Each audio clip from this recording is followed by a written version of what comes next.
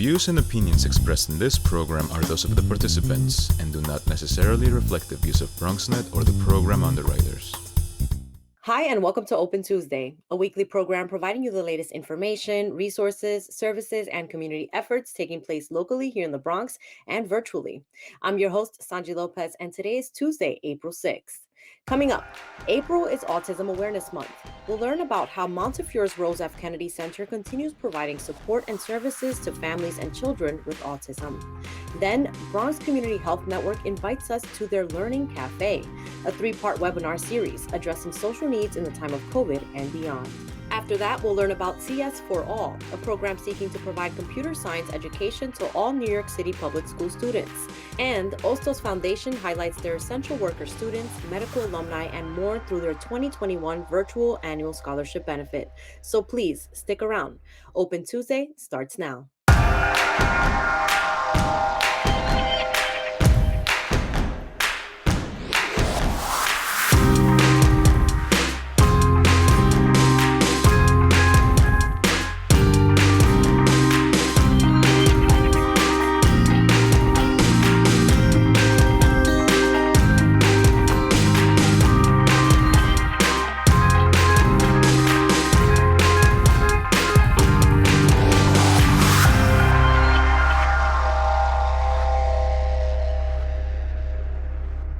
Welcome to Open on BronxNet.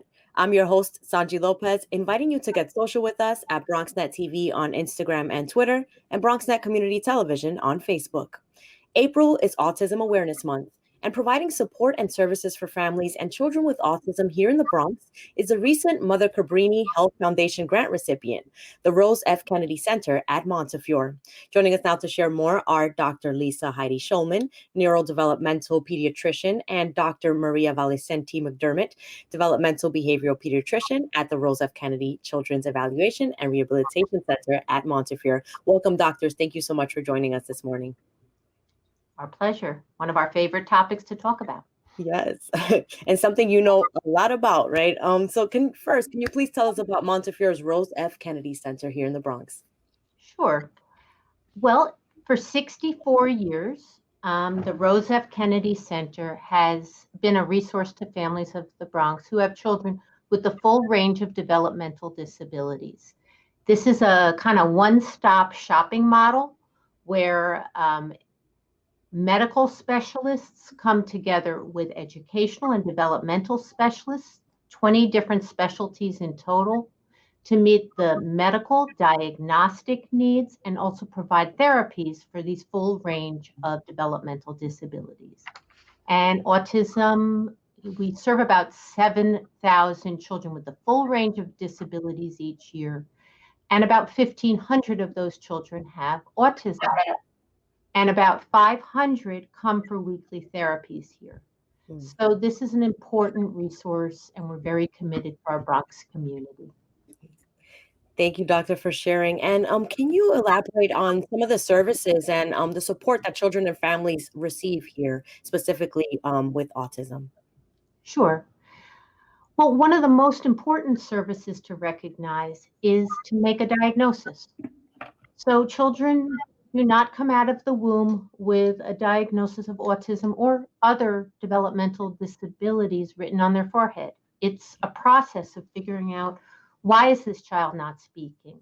Why are they not socializing? Why are they not walking or hearing? And so one of the main missions of the center is diagnosis. Another aspect of important services that we provide are making sure the child hears well, making sure the child's dental care is met. There are primary care services. There's ophthalmology to check the eyes. There are nutrition services. There's genetics, neurology if the child has seizures. And the backbone of the program are developmental and behavioral pediatricians who are physicians who specialize in child development and oversee and maintain a long-term relationship with many of the families we serve. After the diagnosis is made by our multidisciplinary developmental team that includes psychologists, speech therapists, occupational therapists, physical therapists, social workers. Then sometimes children, certainly one of the main jobs of the center is to connect families with appropriate services and systems outside the center. So early intervention, special preschool, have an individualized educational plan in school to provide needed services and accommodations. But sometimes certain services aren't available or fall through the cracks, or the child needs specialized medical equipment like braces or wheelchairs, or other things that need to be supplied at a specialty program. Sometimes children who can be in a mainstream class educationally still need therapies to help them develop the social skills that they need due to their diagnosis of autism. And so about 500 children each week come to the center in order to receive those therapies that allow them to function in a least restrictive classroom environment and allow them to reach their potential. And it's kind of a safety net for families at each transition from early intervention to special preschool to special education or mainstream elementary school, high school, and even adulthood. And we do have adult services as well. Thank you, Doctor. And to support that extensive work, Montefiore's Rose F. Kennedy Center recently received the Mother Cabrini Health Foundation Award. Congratulations for that, and thank you for your extensive work in our community. Can you tell us about this award and what the funding will help support in the center? Sure. So this grant from Mother Cabrini Health Foundation will allow us to expand services for children with autism, including therapies to improve their social skills, feeding therapy to help with feeding difficulties, short-term applied behavioral analysis to help with challenging behaviors, and a parent support group. So we are really happy. That is wonderful news. And since it is Autism Awareness Month, a lot of folks may not know the different definitions and the different spectrums of autism, doctors. Can you help us define autism, first of all, and understand different spectrums of autism? Sure.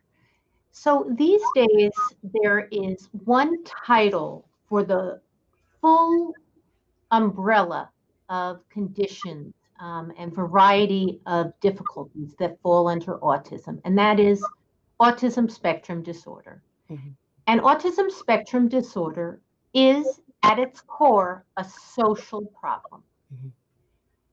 An individual with autism can have any level of intellectual functioning, from being severely delayed to literally being intellectually and academically gifted. Mm-hmm. Individuals with autism can have a complete lack of ability to speak, or they can talk too much, often about their favorite topic. Mm-hmm. And they can be everything in between there. The idea about autism is it's a behavioral diagnosis. And as you see on the screen now, the different subcategories of autism are set based on how much support does this individual need. Mm-hmm. And they function independently in school and benefit from, let's say, some outside social skills functioning and be a level 1. Or do they have very significant needs because they are nonverbal and they have significant cognitive or intellectual disabilities, learning disability, that requires them to have really very significant support to function. Right. It's a behavioral diagnosis and can be caused by many, many different etiologies. And that's why genetics these days is an important aspect to help figure out what has caused autism in a particular child. And that's part of the medical workup.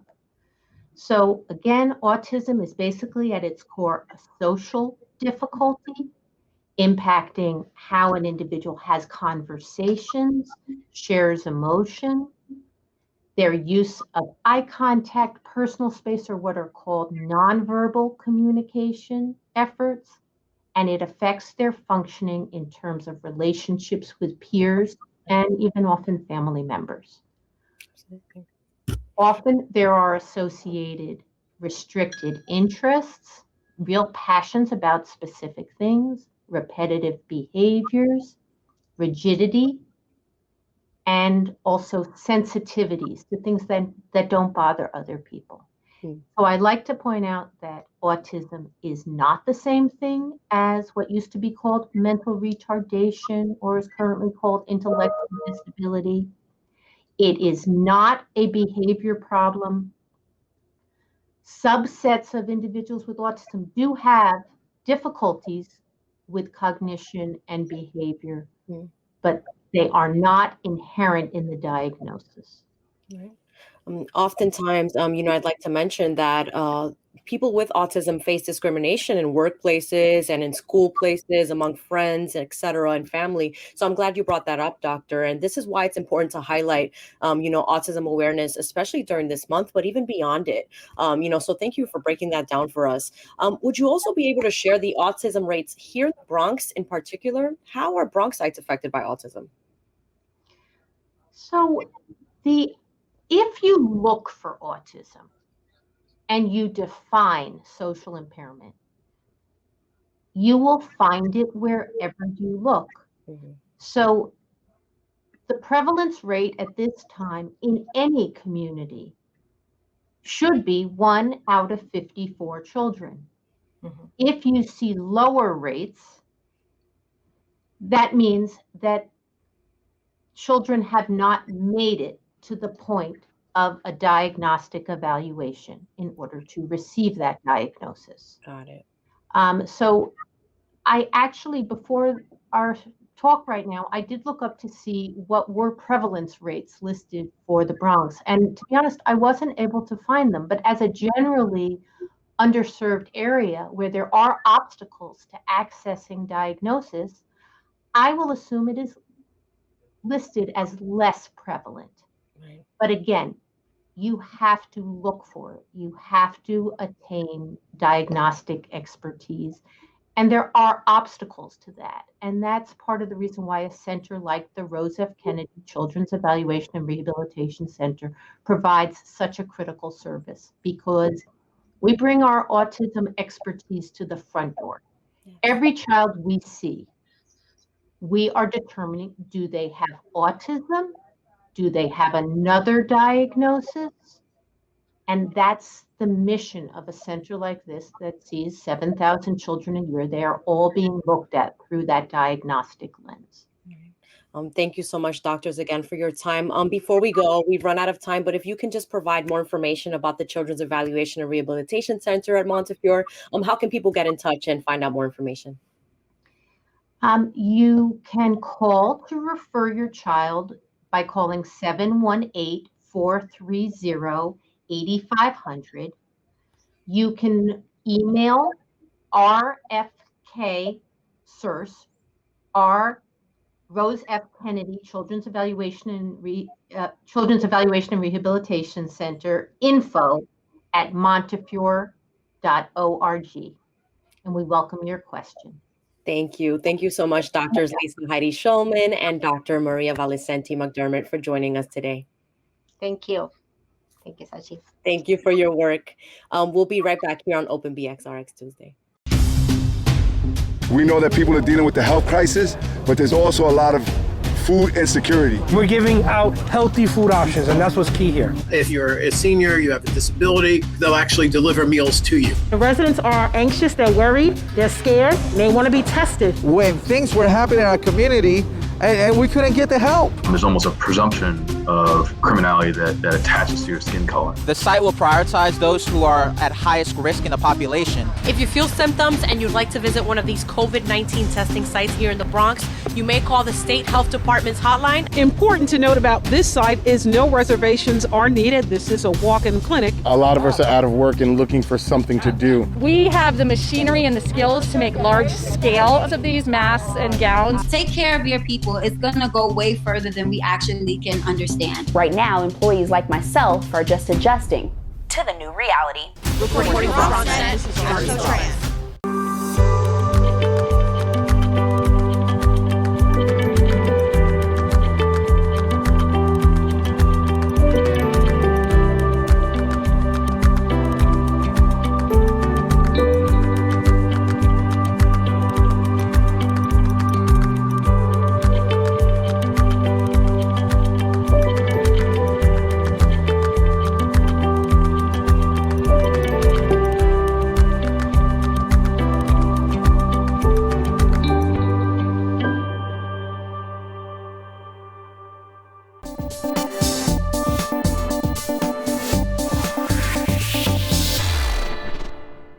Welcome back.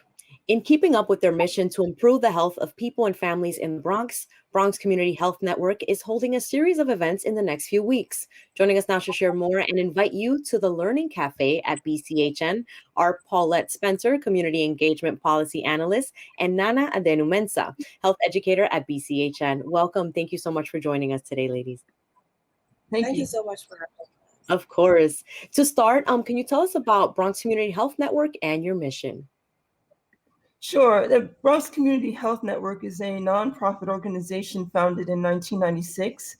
We provide affordable, quality, comprehensive healthcare services at 21 network health centers for Bronx residents, regardless of their race, religion, sexual orientation, gender identity, immigration status, or ability to pay. We also have nationally recognized community health and wellness team members made up of patient navigators, community health workers, emergency room liaisons, and health educators like my colleague here, Nana, who reflect the wonderful Bronx diversity. The team is the crucial link to integrating health center clinical care and important community social support services. So our mission is to improve the health of people and families in the Bronx, provide access to affordable quality health care, especially for uninsured persons, promote disease prevention, early treatment, and healthful lifestyles, and of course, obtain financial and other resources for programs and services in our health centers. Thank you so much for that, Paulette. And BCHN is no stranger to our show. We've had a relationship with you and your organization for quite some time here on BronxNet, so we're always happy to have you here. Just to, understand some of the resources and services, especially through COVID-19. Can you just tell us about how you've continued to provide these services to Bronxites during these tough times? Yeah, sure. So the instability that our communities have faced during this period over the past year has definitely increased the need for connections to healthcare services and social services. So we've done just that at BCHN. When the pandemic came into full view last year, we switched all our work to virtual assistance. And so we have helped connect community members to food resources through applying for SNAP benefits. We launched our food delivery initiative, which was using our BCHN van to deliver food to Bronxites throughout the Bronx.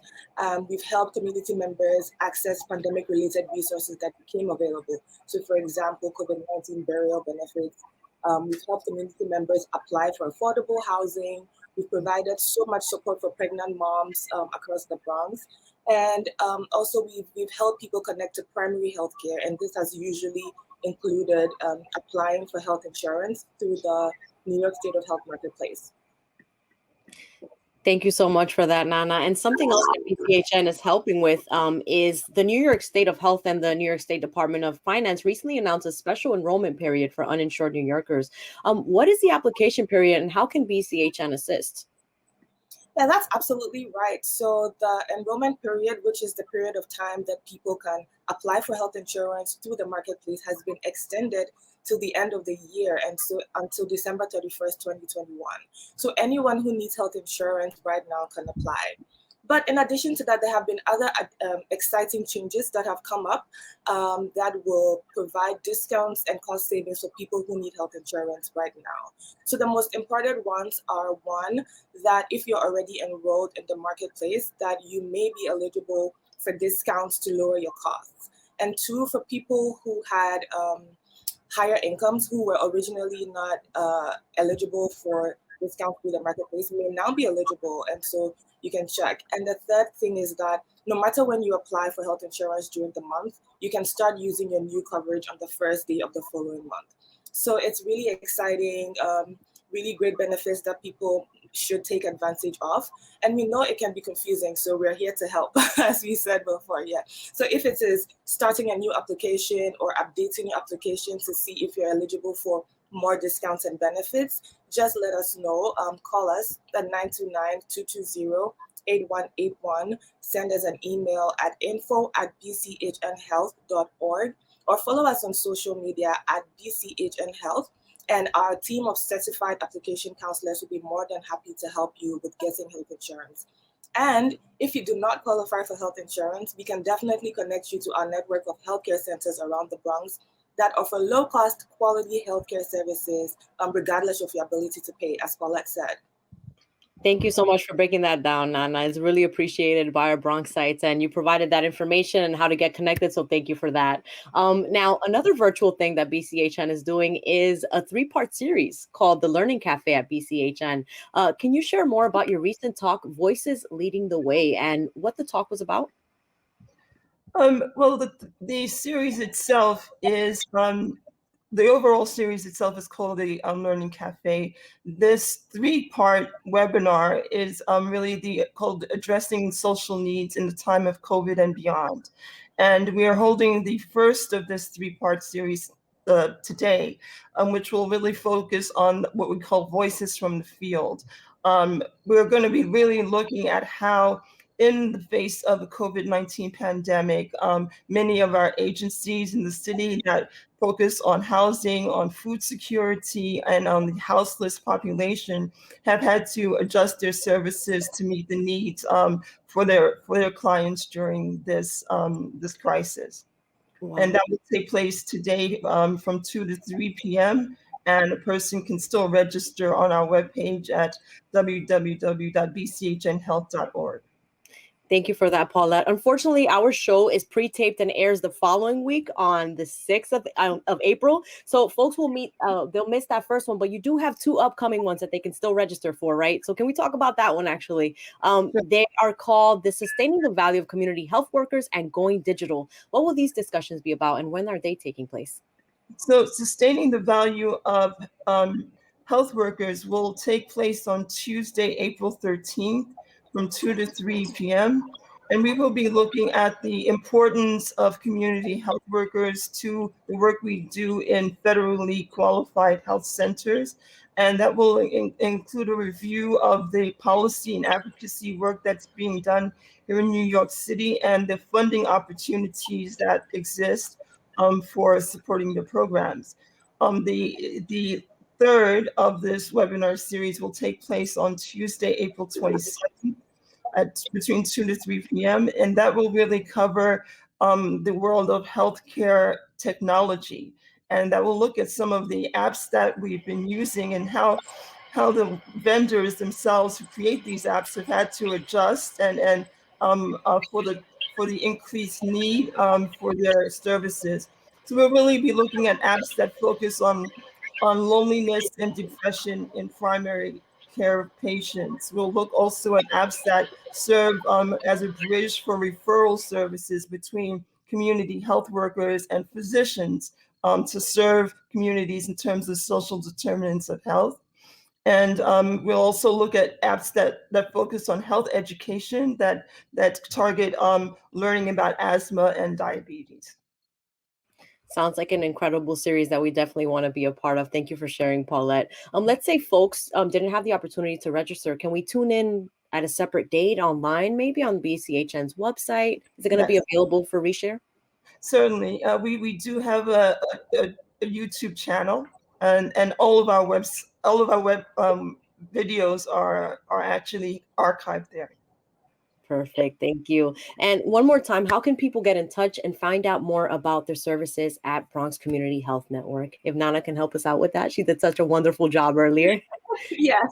So by phone is 929-220-8181. Our email is info@bchnhealth.org. And on social media, on Instagram and Facebook, you can find us at BCHN Health.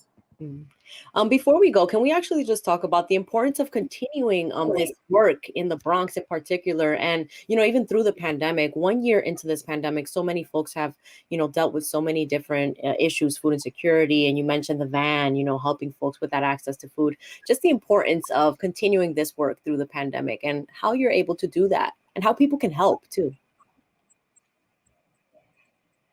Yeah, so it's very important. It was important pre-pandemic and it's super important during this time as well because people need resources, people need to be connected, and sometimes you just don't know where to go or where to find what. So organizations like BCHN are here to help you navigate the social services space, the healthcare services space. So if you need primary care services, if you need health insurance, if you need help with being pregnant or having a new baby, if you need food assistance, BCHN is here to help. If you need affordable housing, so any social services that you may need at any time, we're here to provide you with that, especially now in the time of the pandemic where we know people have lost jobs, people have lost homes, people have lost insurance, and there's a lot of need in our communities.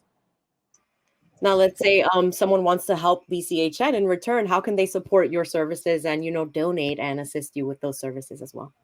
So you can definitely call us. We're always looking for partnerships in the community to partner with local community organizations, hospitals, politicians, anyone who is willing to contribute. And so you can call us again at 929-220-8181 or send us an email or connect with us on Instagram or Facebook. And we'll be more than happy to explore what that partnership might look like and see where to go from there. Sounds great. Thank you so much, Nana. One more time, Paulette, can we invite our viewers to your upcoming events? We'll share the flyers on the screen. How can people join? Just the names of the events and etc. So our event on April 13th will be called addressing the social needs in the time of COVID and beyond, sustaining the value of community health workers, and it will be from 2 to 3 p.m. And you can register by coming to our website on www.bchnhealth.org. The third of the series will take place on Tuesday, April 27th, also at 2 to 3 p.m. And that will focus on going digital, and you can also register on our website. Thank you so much again, Paulette Spencer, Community Engagement Policy Analyst, and Nana Adenu-Mensah, Health Educator at BCHN. Always a pleasure having you on the show. It was a pleasure. Thank you. We'll be right back here on Open Tuesday.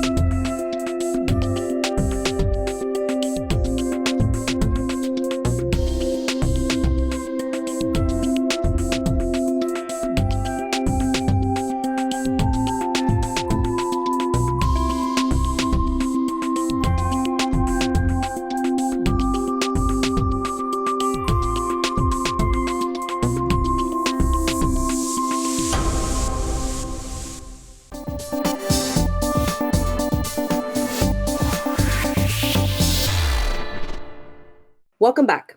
Computer Science for All, or CS for All, seeks to build a sustainable and equitable computer science education program in New York City public schools. Joining us now to share more about this program is Felix Alberto, Computer Science Program Manager at CS for All. Welcome, Felix. Thank you so much for joining us today. Thank you for having me. Glad to be here. Of course, glad to have you. So to start, can you tell us a little bit about CS for All and the program's mission? Well, Computer Science for All is essentially initiative that was started in the fall of 2015 by Mayor Bill de Blasio, and it's basically saying that it's going to ensure that every New York City public school student is going to learn computer science. It has an emphasis on female, Black, and Latino students. And so what we believe is through this work that we're going to prepare our students to actually use computer science after their graduation here in public school. Gotcha. Thank you for sharing. And what does a computer science education look like exactly? How are these programs put into practice in New York City schools? Well, that's a very good question, because we are, if you're not aware, New York City public system is the largest school system that we have in America. And so it's kind of, it's a complex task to do, because we have so many diverse neighborhoods, we have so many diverse communities with diverse different type of experience levels when it comes to computer science.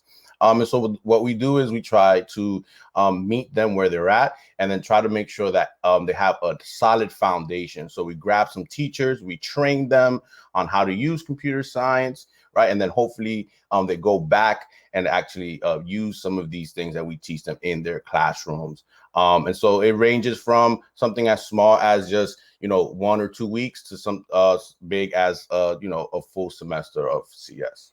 Got it. I'm not going to age myself, but I credit my computer education to public school, and the fact that I had access to technology when I was a kid in my public school system. But, that took a while for us to get in the Bronx in particular. And I know that it takes a lot of funding, a lot of programs. So, before we move on, what are some of the challenges that, students and educators see here in the Bronx in particular when it comes to accessing this technology?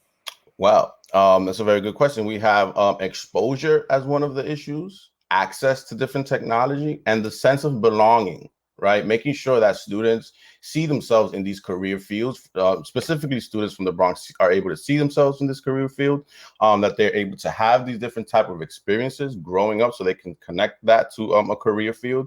And then also making sure, that they're able to reach these type of tech tools, right? Not just watch them on the internet, on TV, but they're able to have a place to actually go and play around with some of these, things that we talk about in the classroom. Right. Just to put it simply, Felix, why should all students learn computer science? What is the bottom line there? Computer science has reached into every single aspect of our society. Every single industry that has some form of computer science in it. I always use this when I'm talking to students. I always say, well, that you get into an Uber, right? You order it on the phone, but we're getting to the point where Ubers are going to be able to just drive themselves, right? We're not going to need a driver.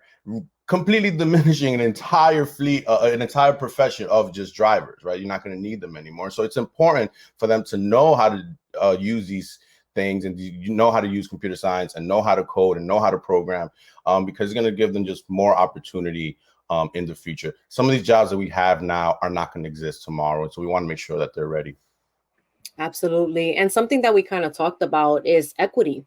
Equity is part of the CS for All program model, and tech disparities like lack of internet access, for instance, lack of devices have placed Bronx students within the digital divide, is what we call it. How does a program like CS for All ensure that no student is left behind?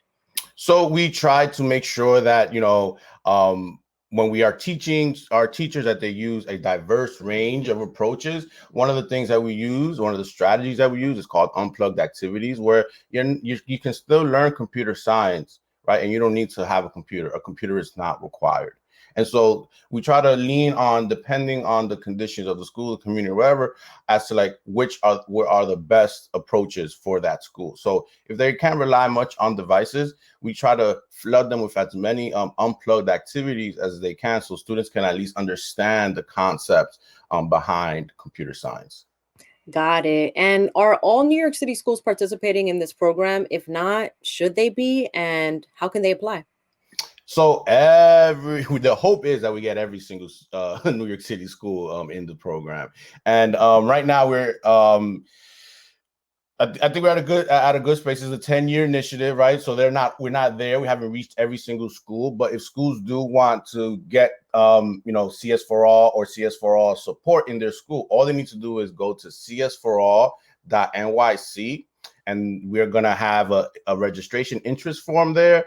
They fill it out, and someone from our office will reach out to them. Gotcha. And Felix, we have a new chancellor in the New York City Department of Education, Misha Ross Porter. How is the new chancellor also spearheading this effort and helping, continue this effort as per Carranza's initiative when he was I worked with her, right? We were able to talk about computer science in the Bronx. We were able to just kind of strategize, and she does feel, that this is something that, it's of an importance for all Bronx schools. She's well aware of the initiative. She's well aware of the goals behind the initiative, and she's been supporting us throughout this entire process. She really understands how important this is.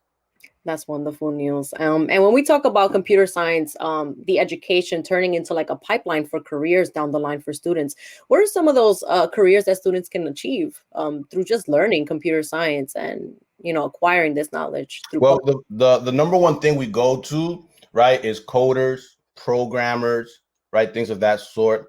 But it's more than that at this point. You can go into fashion.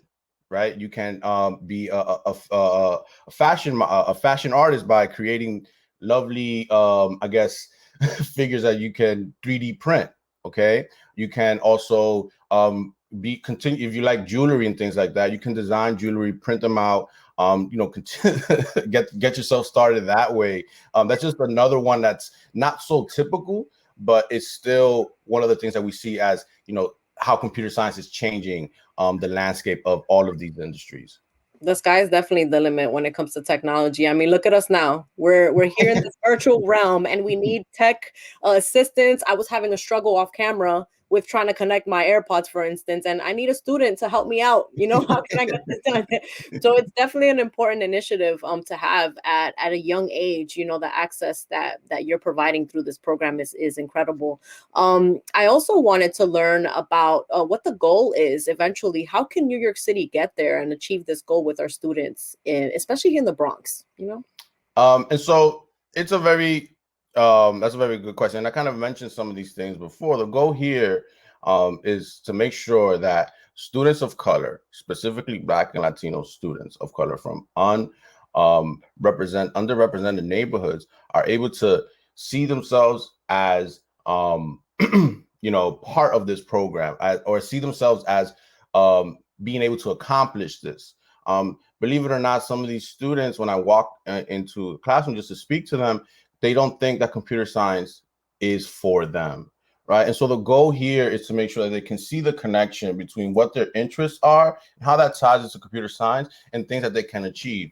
A lot of students in the Bronx want to be athletes, and that's fine, but you shouldn't take away computer science and just be an athlete. You should try to marry both of them. And so that's the goal here. We want students to make sure they're thinking creatively on how these things can mix with their interests.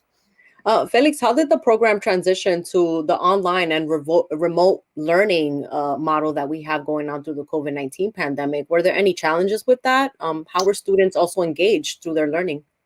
There's lots of challenges, a lot of new lessons and new things that we learned throughout this process, right?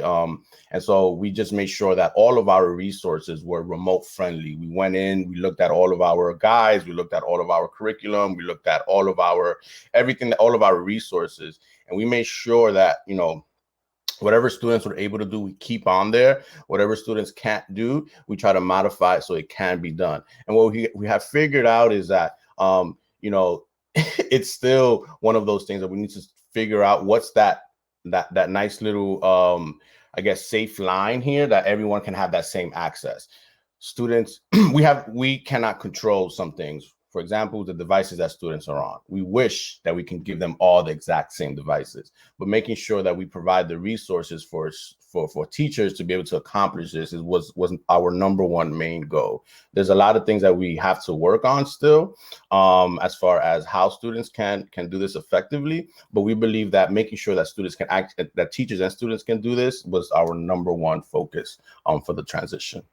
Got it. Definitely important. And I'm curious also, as a program manager for CS for All, what have you been hearing from teachers, parents, students? How are they feeling about the program? Well, they think that this is very important. Every single student, teacher, parent that I do come across, they really, really do feel that disconnect, especially with the pandemic, that students should know more about the technology that they're using.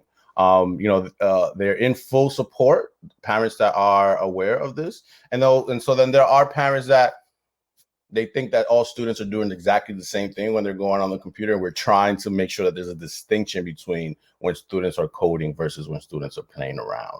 And right now it's kind of difficult to tell because they're not in the classroom, and we use a lot of these, blocks and colorful things, and it looks like students are on a Roblox game, but in reality, they're actually coding with us. So we have to kind of help them through that distinction sometimes. Perfect. Well, Felix, finally, before we go, how can people learn more about CS for All and, sign up, or how can teachers and schools learn about this program? Well, there are two ways to do that. We have, again, the CS4all.nyc website. You can just go in there, log on, find more information. And then also you have my contact information there where you can reach out to me and I can get, any resources or any information out to you as fast as I can. And my contact information is there at falberto@strongschools.nyc. Thank you so much, Felix, again, for joining us today and sharing more about computer science for all in public schools. Thank you for having me. Glad to be here. Of course. Felix Alberto is a computer science program manager at CS for All. We're taking a quick break here on Open Tuesday. We'll be right back.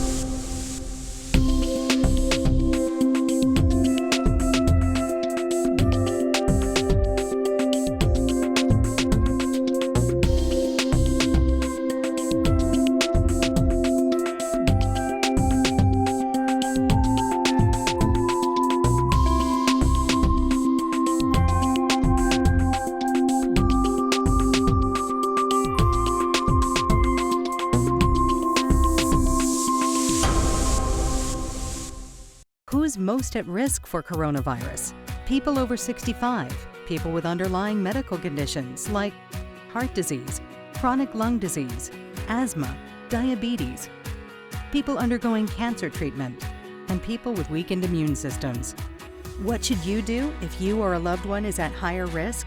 Avoid close contact with people, avoid crowds, stay home if you can, wash your hands frequently, learn more ways to protect yourself and others at coronavirus.gov.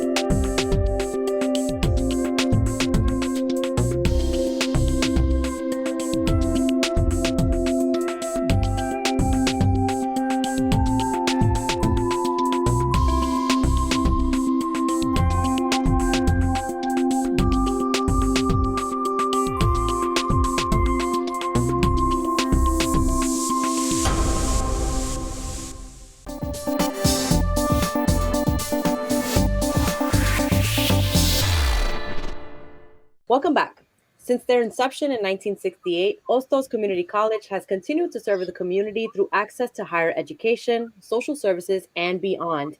And their work has not halted a year into COVID-19. The Ostos Foundation will be holding their 2021 virtual annual scholarship benefit soon, highlighting their many essential worker students, medical alumni, and more.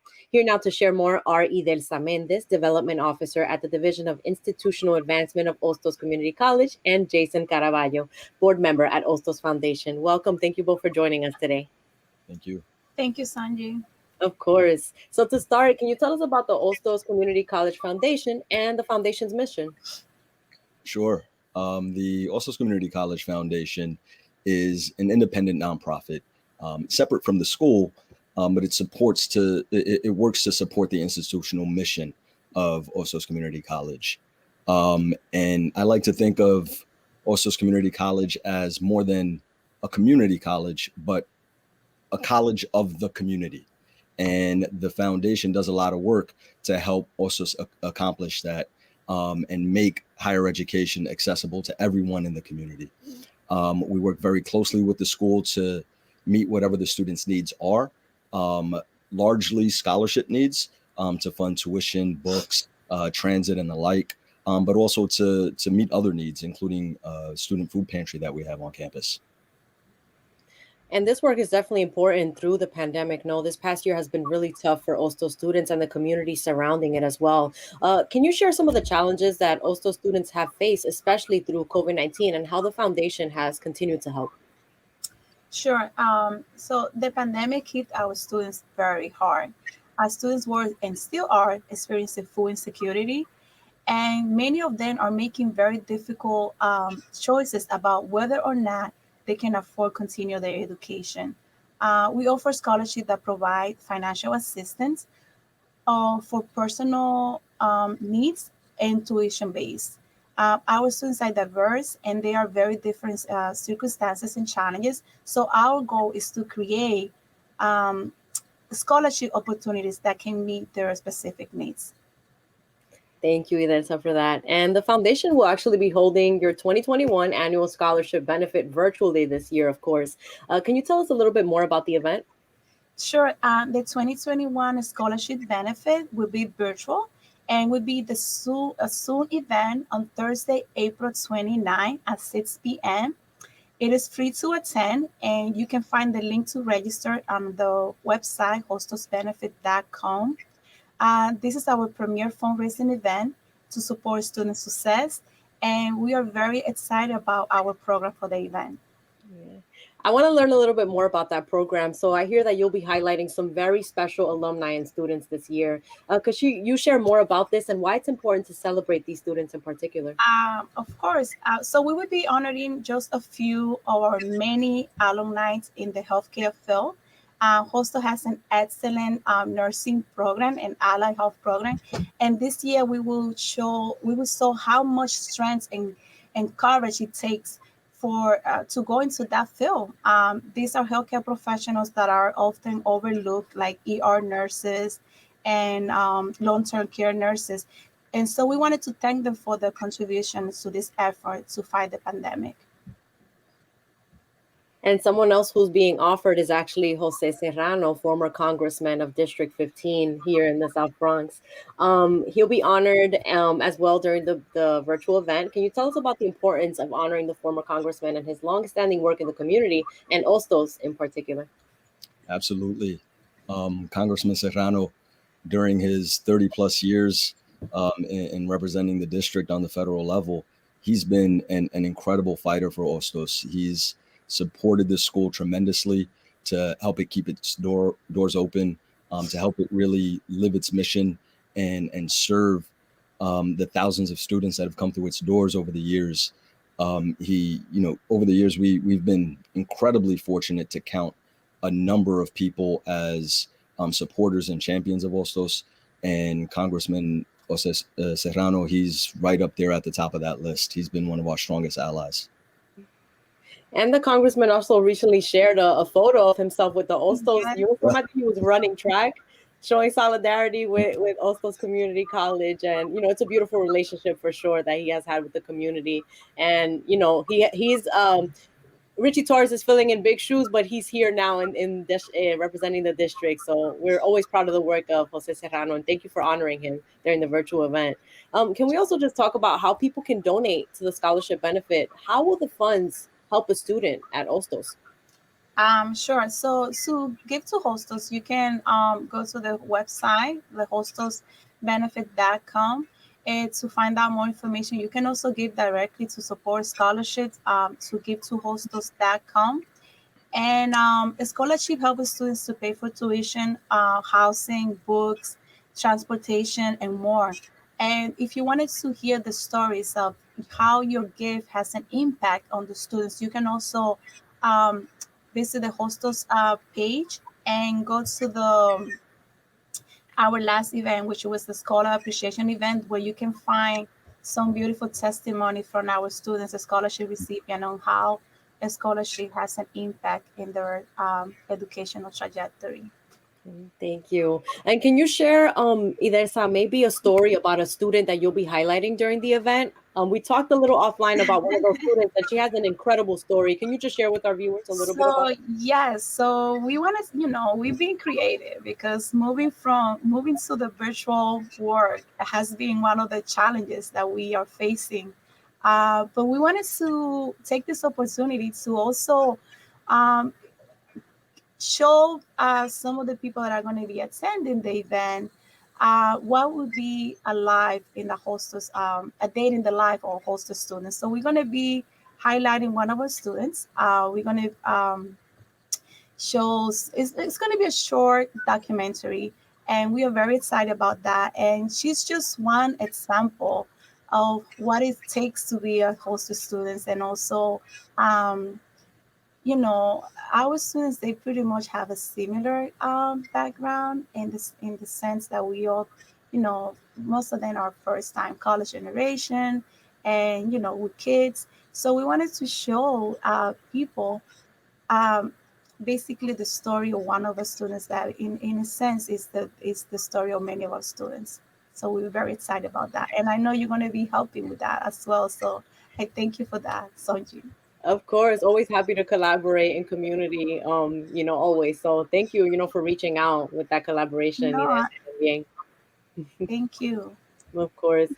So I actually also wanted to ask just about the importance of highlighting the students and how the students are feeling, collectively through COVID-19. Jason, if you can also talk about that, during these tough times, how the students are feeling with this support and how important it is for them.